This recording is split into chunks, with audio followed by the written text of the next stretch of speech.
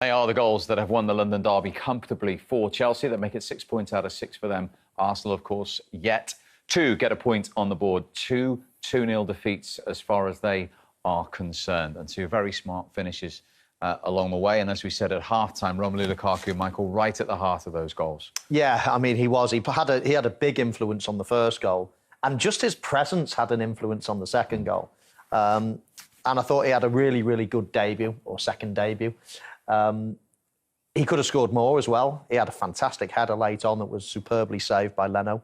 But I think that's a different angle now to Chelsea. I think everything that Thomas Tuchel would have been dreaming of this new signing has almost come to fruition in one game. He can now build from that. He can understand, because I think he said before the game as well, you know, it's not just Romelu Lukaku adapting to Chelsea. We've got to adapt to him as well. And when you're that good a player, that important a player, playing in that important a position, then sometimes your team have got to adapt to him as well. And I think that sort of already it looked like a marriage made in heaven. Yeah, 22 shots they had today. He had 8 of them. Yeah. Lifts a dressing room, a player of that quality coming in. Oh, absolutely. You've got a focal point.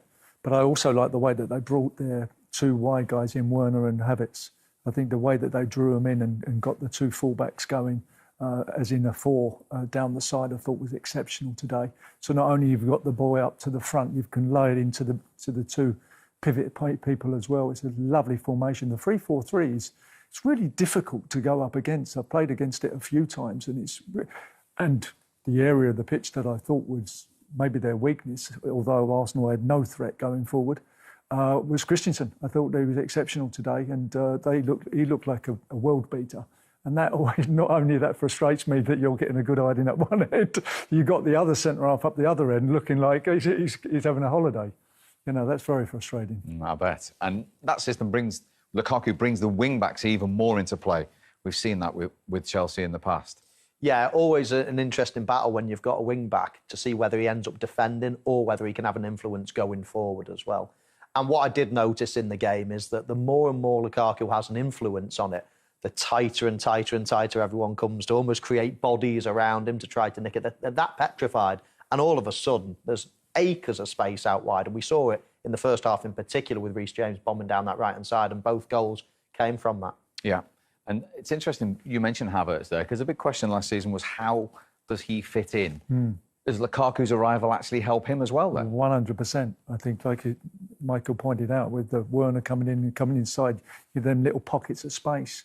You know, we didn't have it back in our days. There was one centre-forward at the time, left winger, that used to come inside to give us problems. A guy called John Barnes, Liverpool player, and they only kind of jumped inside all the time. And Lee Dixon was saying to me, the right back, "What do I have to go in there? What am I doing? What am I doing?" And we made the decision, because we're all leaders and we spoke about it, go on, in you go. But then you have someone to get in the space. You know, you have to figure that out. So I'm a little bit disappointed that he didn't organise that, Arteta, and saw the gaps. I said at half-time, this ain't working. You need to put Maitland-Niles in on that side, keep a back 4 to keep them spaces, because that's where they hurt us today. Yeah. Yeah, I mean, they're just a difficult team to play against, Chelsea, because they've not only got... I mean, they've always had star players, but now they've got a focal point as well. And once you've got that focal point, you know, so many players can run off it. You know, who do you mark? Who do you mark? Who do you focus on? You know, you focus on Lukaku for 1 minute, and then all of a sudden, you know, you've got the Werners with his pace. You know, you've got Havertz, who's going to get better and better in this team as well. So... And then you've got fullbacks that like bombing on as well, or wing-backs. It's a very, very good team. And I said it before the show, or at the start of the show, I think the Premier League this year is as competitive at the top end. I think the top 4 this year really are going to battle it out for a long time. I think Manchester City and Liverpool have been ahead these last few years, but now I think Arsenal and possibly Manchester United as well are gathering pace. Well, talking of wing-backs, that leads us beautifully into one of Chelsea's goal scorers today, Reece James, who joins us live from the Emirates. Reece, thank you very much indeed for talking to us. Congratulations. How good does that feel, a London derby win away from home? Obviously, a great result here today. We knew coming here was going to be very tough. And obviously, when you lead 2 goals at half-time, you know they're going to have to come out basically all gun blazing in the second half. So they had a bit more of the ball in the second half, but we had to stick in there. How good was it, those away fans backing you as well? We heard the chant of Reece James. He's one of our own throughout that game. Yeah, it's very good having the fans back in the stadium. You know, it's a shame this game wasn't at the Bridge, but yeah, can't wait for the next one. And that feeling when you scored the goal, Michael Owen here was very impressed with that finish. Yeah, I mean, I don't score too many goals, but when I do, I try and make it a special one. Reece, I was watching with interest, especially before the game. We're just watching your goal here, but before the game, we were thinking Tierney's an attacking wide player. You're an attacking fullback as well. Where's it going to break here? Who's going to get the upper hand? And it was actually you that was doing more of the attacking. Is there any insight? Or is there any things that you do during the game to make sure it's him that's on the back foot defending rather than you? No, I think that's a hard question to answer. Obviously. Teams have momentum in games, and sometimes you can't really control which teams got the upper hand. But today, in the first half, we started well, and I had a lot of the ball. And we're just watching you finish going in there. Was it always the plan to lift it as the goalkeeper comes out? I mean, it was a lovely finish. It was almost like a striker's finish. Yeah, I mean, that was the plan, across and high. Yeah, I don't really know what else to say. Almost like a striker. He's very complimentary, isn't he, Reece? And an assist as well for Romelu Lukaku. What a dream start for him today. Yeah, I mean, what an addition to our team, to have such a vocal striker like that. Everyone's seen today how powerful he is, and when he gets a chance, he finishes. Reece, Tony Adams, mate, why didn't you join the Arsenal, pal? We could have done with you today. Brilliant, pal. Well done. Excellent performance and great goal. Thanks, Reece. Thank you. And just finally, Reece, I mean, I know you've played more often than anybody else under Thomas Tuchel. There's a real feel-good factor under him now. Yeah, definitely. Ever since he's arrived, he's changed the atmosphere around the building.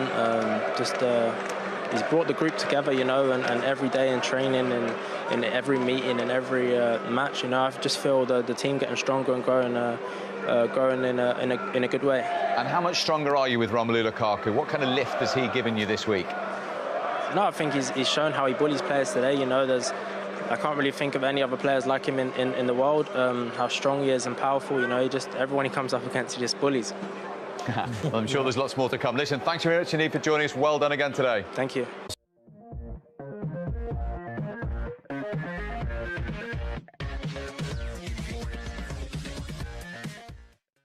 Hello and welcome to the transfer news video. So in today's video we are going to look at all the latest transfer news from today.